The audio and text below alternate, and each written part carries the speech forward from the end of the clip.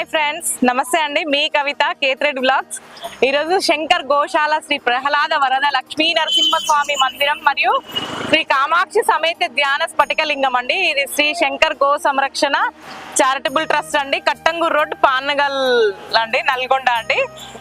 మనం లోపలికి వెళ్దాం. ఇక్కడ ఫస్ట్ అయితే వినాయకుడు విగ్రహం ఉందండి. మనం వినాయకుడి దగ్గర దండం పెట్టేసుకొని లోపలికి వెళ్దామండి.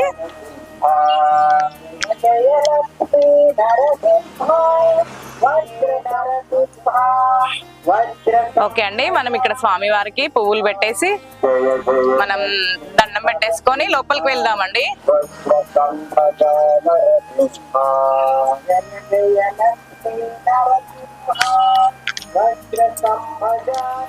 లోపలికి వెళ్దామండి. ఇక్కడ ఫస్ట్ లోపల కూడా ఒక వినాయకుడు ఉంటాడండి, ఆరెంజ్ కలర్. నెక్స్ట్ వచ్చేసి కుటీర ధ్యాన స్ఫటిక లింగేశ్వర స్వామి కూడా ఉంటారండి. మనము రెండు కూడా ఒకసారి చూద్దామండి లోపల. ఫస్ట్ ఇక్కడ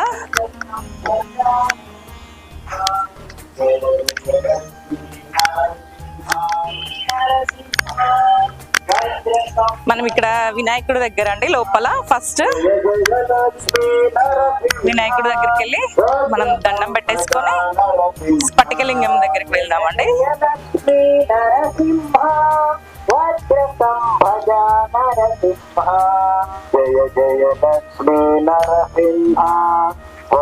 ఓకే అండి, స్ఫటికలింగం దగ్గరికి కుటీరంలో ఉంటాదండి స్ఫటికలింగం. మనం ఇక్కడ లోపల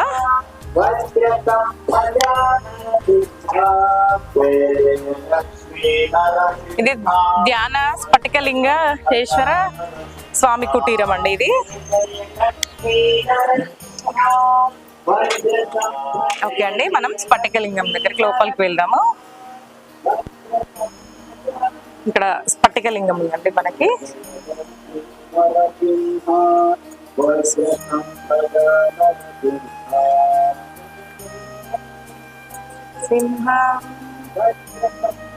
ఇక్కడ ఆల్రెడీ అభిషేకం అన్ని మార్నింగ్ అయిపోయినాయండి. నైవేద్యం పెట్టారు ఇక్కడ. ఇది స్ఫటికలింగం అండి, కుటీరంలో పెట్టారు.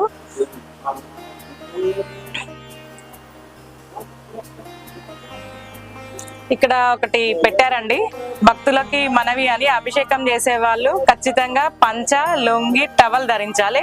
ఆడవారు కంపల్సరీ చీర ధరించాలండి, డ్రెస్ కూడా కాదు. ఇక్కడ కంపల్సరీ చీర అండి. హోమం మీద కూర్చునే వాళ్ళు కూడా కంపల్సరీ చీర అండి. ఇక్కడ అన్ని స్వామివార్లే ఉన్నాయండి, శంకరాచార్యులు, బాబాజీ, దక్షిణామూర్తి, పరమాత్మ, దత్తాత్రేయ స్వామి. ఇక్కడ దత్తాత్రేయ స్వామి వారు ఉన్నారు.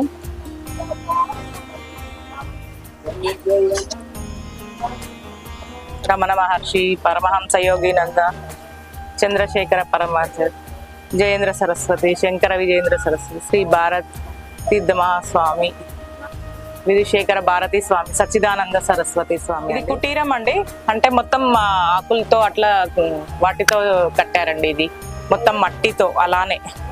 కింద కూడా అలికారు చూడండి, మనకి ఎక్కడా కనిపించదు. ఇట్లా అలికి పేడతో అలికిందండి ఇది. ఈ కుటీరం చాలా బాగుంటదండి మనకి.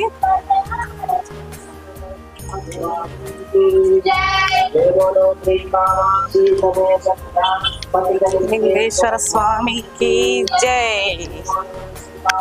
శ్రీరంత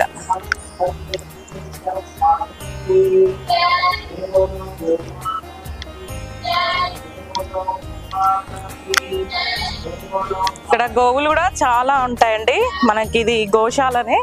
దాంతో పాటు లక్ష్మీ నరసింహ స్వామి అండి మనకి కుటీరంలో. ఇప్పుడు వెళ్ళాం కదా శ్రీ ధ్యాన స్ఫటిక లింగేశ్వర స్వామి. నెక్స్ట్ వచ్చేసి భగవాన్ వ్యాస మహర్షి అండి మనకి, చూడండి. నెక్స్ట్ జగద్గురు శ్రీ ఆదిశంకరాచార్యులు అండి. తర్వాత దత్తాత్రేయ స్వామి,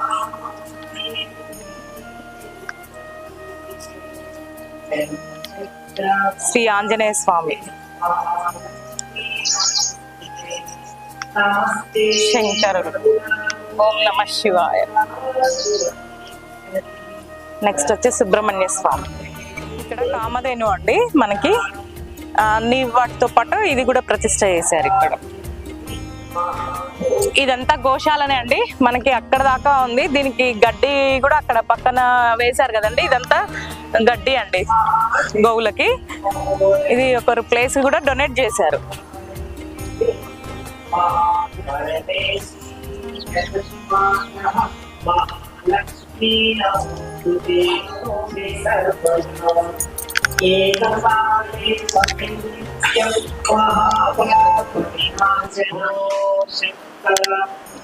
మొత్తం గోవులే అండి. ఇక్కడ చాలా గోవులు ఉంటాయి మనకి. ఇక్కడ లక్ష్మీ నరసింహస్వామి అండ్ గోవులు అండి. ఎక్కడా లేదండి మనకి టెంపుల్లో గోశాల, మొత్తం గుడి మధ్యలో గుడి ఉంటది, చుట్టూ గోశాల ఉంటదండి మనకి.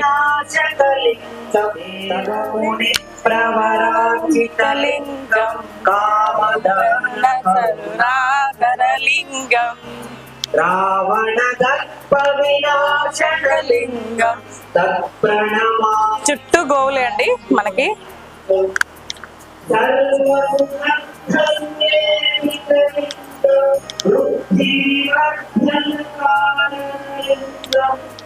గోశాల గోవుల మధ్యలో గుడి అనేది అసలు ఎక్కడా లేదండి. చాలా అరుదు, అసలు చాలా బాగుంటదండి మనకి ఇక్కడ.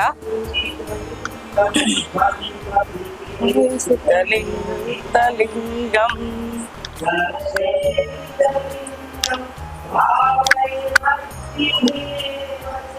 చిన్న దూడ ఎంత బాగుంది చూడండి.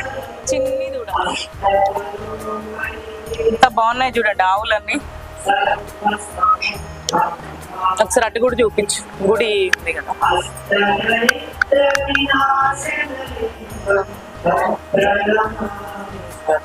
శివలింగం. ఈ ఆవులన్నీ చూస్తున్నాయండి. మనం గడ్డి అవి దానా అవేమన్నా పెడతావేమని. శివలింగం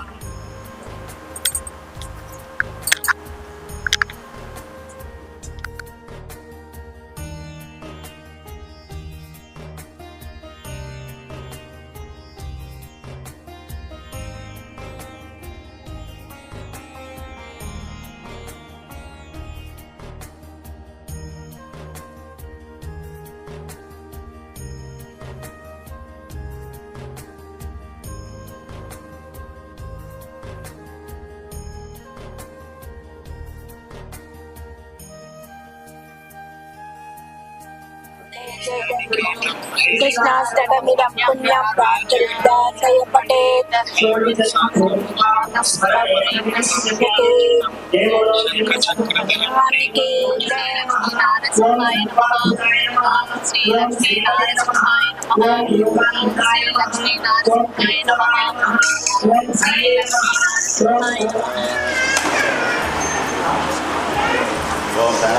ओम भूर्भुवः ओम स्वः ओम ओम जनः ओम तपः ओम सत्यः देवस्य धीमहि धियो यो न प्रचोदयात् ओम भूर्भुवः अमृतं ब्रह्म भूर्भुवस्वरा ओम मम उपात्ता समस्तसर्वेश्वरा परमेश्वरनिधिस्या परमेश्वरप्रीत्यर्थं शुभे शोभनमुहूर्ते आद्य ब्रह्मकार्ते श्वेतवराह कल्पे एव समुद्रे कलिगे ब्रह्मपादे प्रवृत्ते भारतखण्डे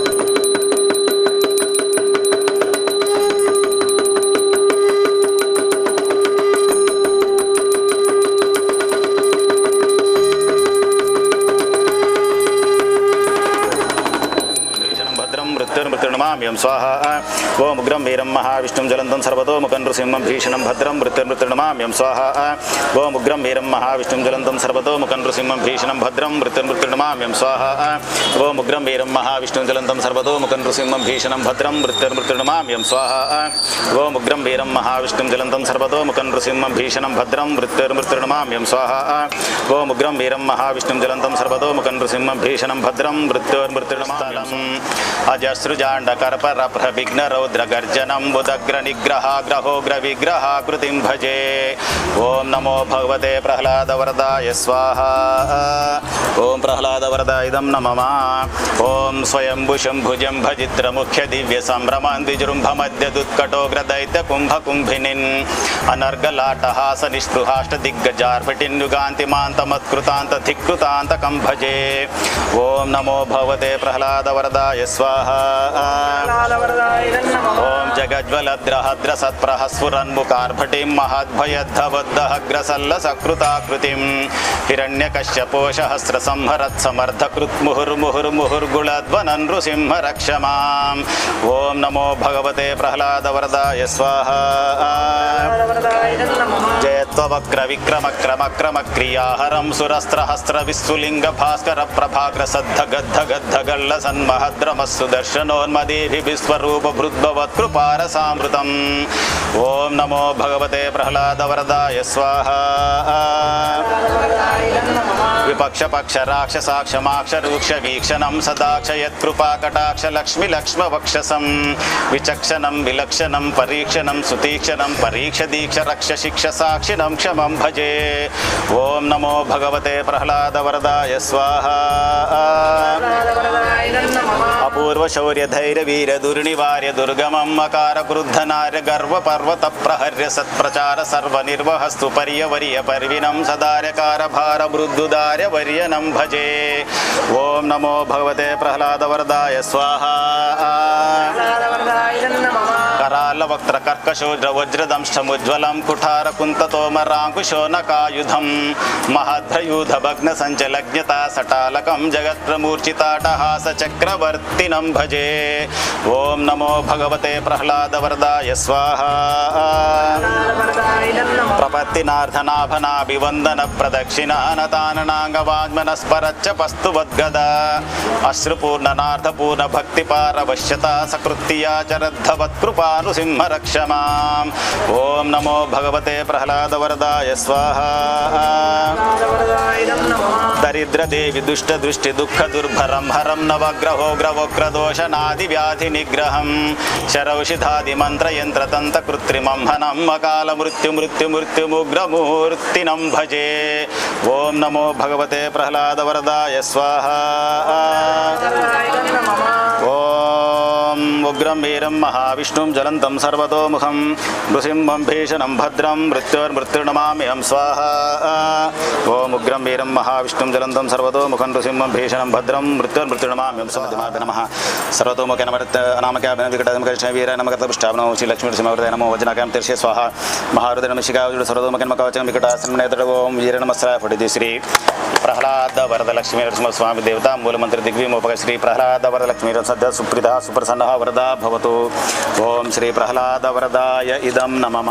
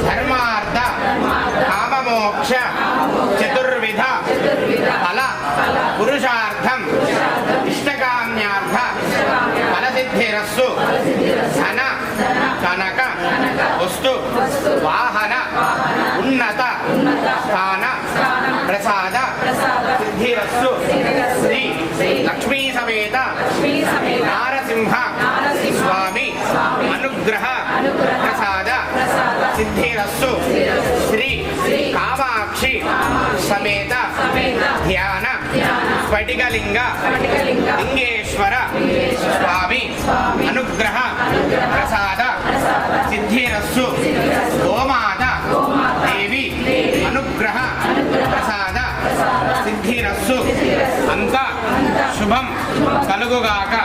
నమస్కారం చేసుకోండి. కొంచెం అలా ఒకటి అదయం గోమాత ఒకటి తర్వాత ఒకరు అందరికీ పెడతాం.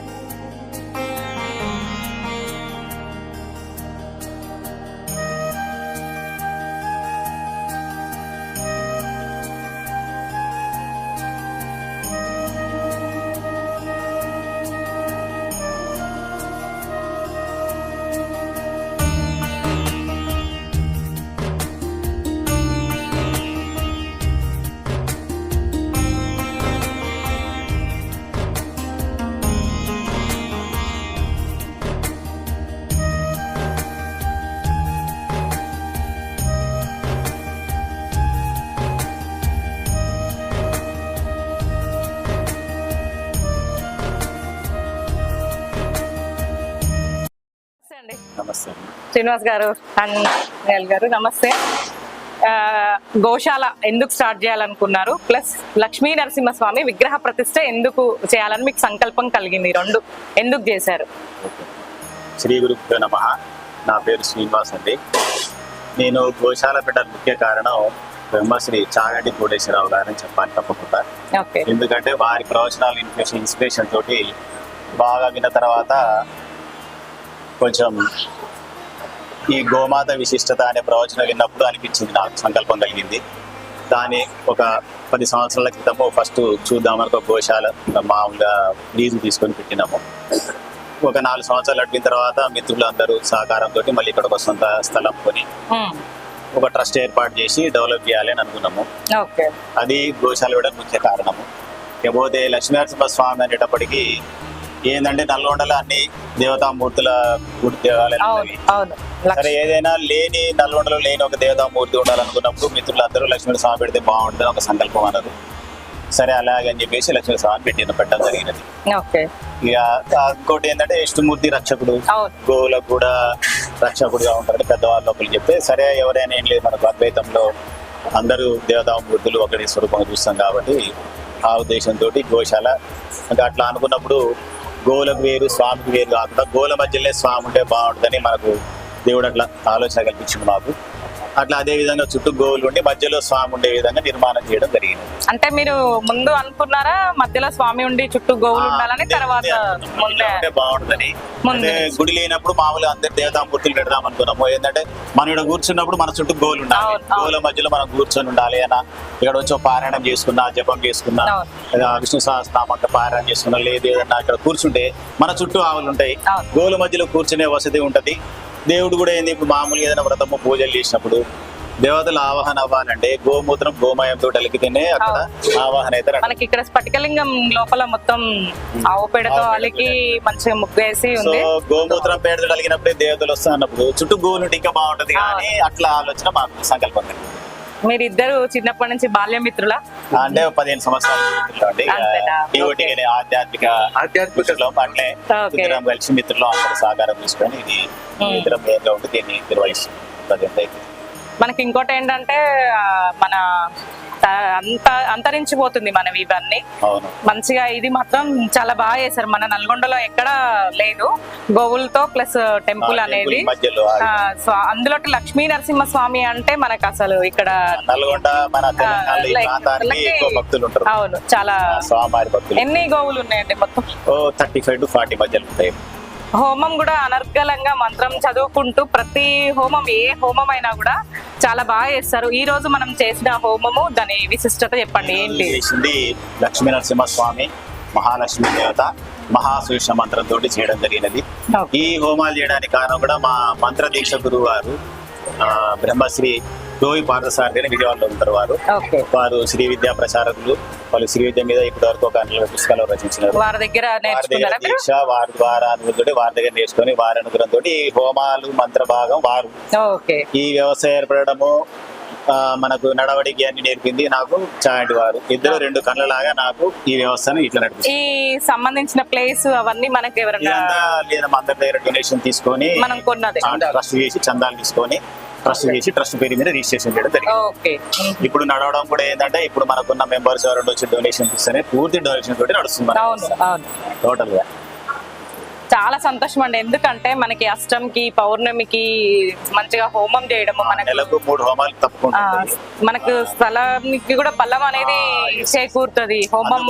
ఏంటంటే గోళ్ళు గోసేవ చేయడమే యజ్ఞంతో సమానం. ఇంకా యజ్ఞం చేస్తే మనకి ఇంకా బోనస్.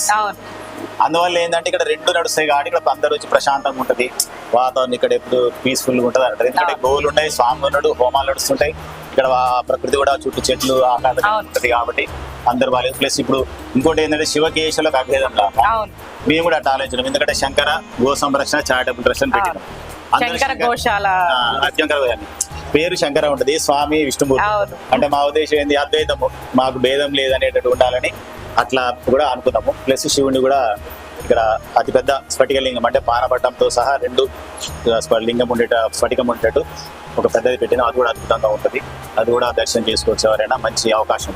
ఈ రోజు ఉదయమే స్వామి వారికి అభిషేకం, ఈ రోజు తర్వాత విష్ణు సహస్రనామ పారాయణము, లక్ష్మీ నరసింహ సహస్రనామ పారాయణం ఈ 2 కూడా చేయడం జరిగింది ఇక్కడ. ఓకే అండి, థ్యాంక్ యూ, చాలా ధన్యవాదాలు మంచి మాకు చెప్పినందుకు. ఎందుకంటే ప్రేక్షకులకు కూడా అందరికీ మనం దీన్ని మన నల్గొండకి సంబంధించి విశిష్టత మనకు చూపించడం కోసమే నేను థ్యాంక్ యూ.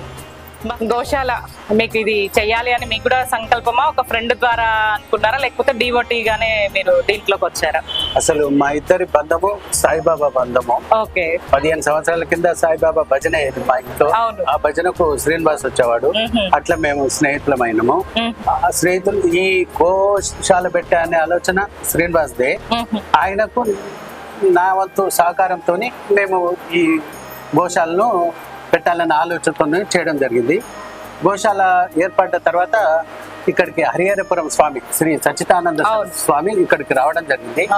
ఆయన ఈ లక్ష్మీనరసింహ స్వామి పెట్టండి బాగుంటుంది, బాగా డెవలప్ అవుతుంది అని చెప్పడం వల్ల ఆయనే స్వయంగా మాకు విగ్రహం ఇచ్చాడు. ఇచ్చి వారే వచ్చి ప్రతిష్ట చేశారు. నేను అంటే విగ్రహ ప్రతిష్ట అవన్నీ మనం చేసినప్పుడు వచ్చాము ఇక్కడికి. మనం ఇప్పుడు గుడి ప్రతిష్ట చేసి ఎన్ని సంవత్సరాలు అయితే? 2 సంవత్సరాలు. ఈరోజు తొలి ఏకాదశి సందర్భంగా మన శంకర గోశాలలో గల శ్రీ ప్రహ్లాద వరద లక్ష్మీనరసింహ స్వామికి అభిషేకము మరియు సుదర్శన హోమం కార్యక్రమాలు చేయడం జరిగింది. ఇట్టి కార్యక్రమాలకు పట్టణంలోని భక్తులు చాలామంది పాల్గొన్నారు. అదేవిధంగా ప్రతిసారి మా గోశాల మరియు లక్ష్మీనరసింహ దేవాలయంలో జరిగే కార్యక్రమాలకు భక్తులు అందరూ ఇతోధికంగా పాల్గొని స్వామి యొక్క మరియు గోమాత యొక్క కృపకు పాత్రులు కాగలరని కోరుచున్నాను. సార్ మీరు ఇప్పుడు ప్రిన్సిపల్ సార్ లెక్చరరా? Assistant professor women's college, vice principal women's college vice. Okay sir, ఈ గుడికి మీరు రావడం తర్వాత ఇక్కడికి సంబంధించిన మీ పారాయణాలు అవన్నీ కూడా మీరు చాలా బాగా చెప్తుంటారు. అంటే మీరు ఎట్లా డివోటీగానేనా, లేకపోతే ఫస్ట్ నుంచి మీకు ఆధ్యాత్మికంగా అట్లా ఏమన్నా ఇష్టంతో వస్తున్నారా ఈ టెంపుల్కి? నాకు ఈ గోశాలతోటి గోశాల వ్యవస్థాపకులు శ్రీనివాస్ గారితో పరిచయం 3 సంవత్సరాలు దాటిందండి. ఓకే, 2021 కరోనా టైంలో వారు 45 రోజులు చండీ హోమం నిర్విరామంగా నిర్వహించడం జరిగింది.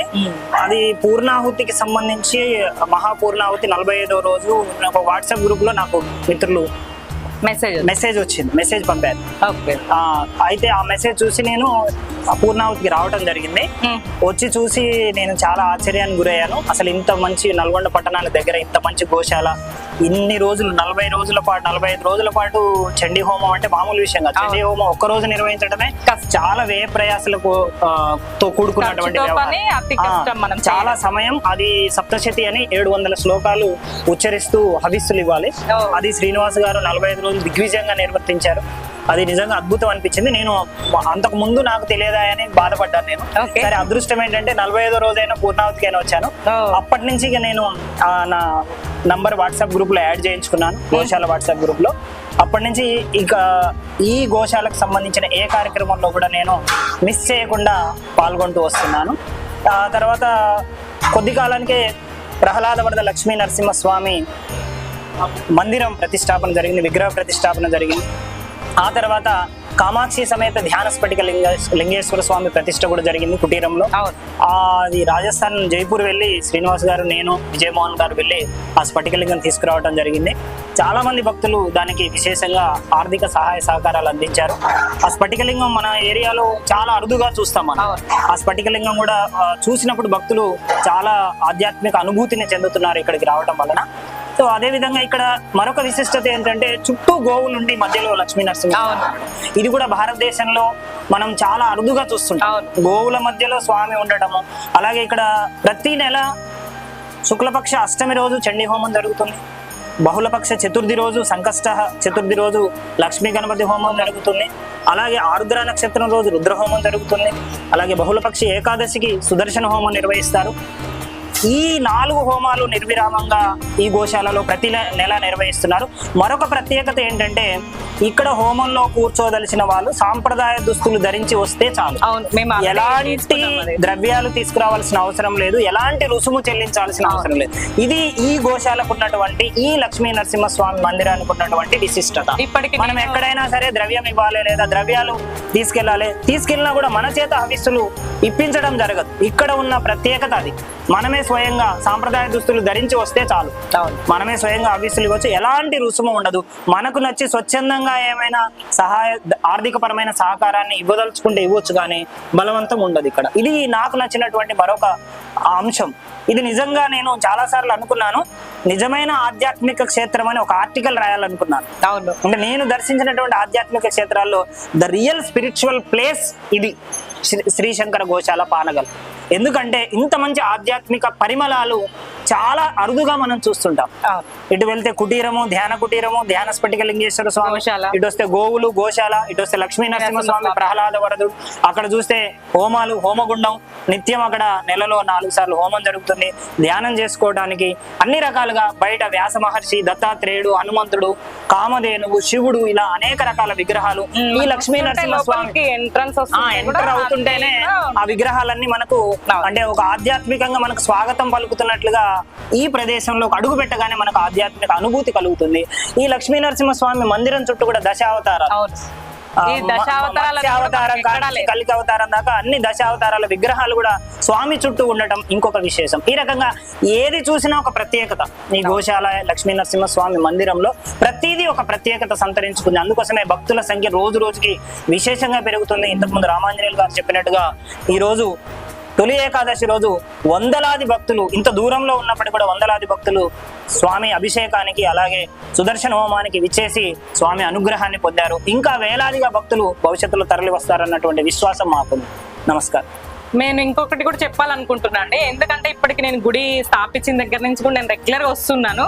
హోమంకి మాత్రం ఇప్పటి వరకు కూడా నాతో వచ్చే తోటి ఫ్రెండ్స్ అయినా ఎవరైనా కూడా ఇంతవరకు హోమంకి సంబంధించి అయితే ఎవరు మనీ అయితే ఇవ్వలేదండి. మనం అంత పెద్ద హోమం మనం ఇండివిజువల్ గా ఇంట్లో చేసుకుంటే మనకు అమ్మవారి చండీ హోమము మినిమం 50,000 నుంచి 25,000 అయితే పక్కా ఖర్చు అవుతుందండి. మనకి ఇక్కడికి అందరూ సంతోషంగా వచ్చి స్వామివారిని దర్శనం చేసుకొని హోమంలో ప్రతి ఒక్కరు కూడా పాల్గొనాలని కోరుకుంటున్నామండి. మన చేతనైనంత ఏదన్నా ఉంటే గోవులకి స్వామివారికి ఇస్తే కూడా చాలా బాగుంటుందని కోరుకుంటున్నామండి. Thank you. ఓకే, నమస్కారం.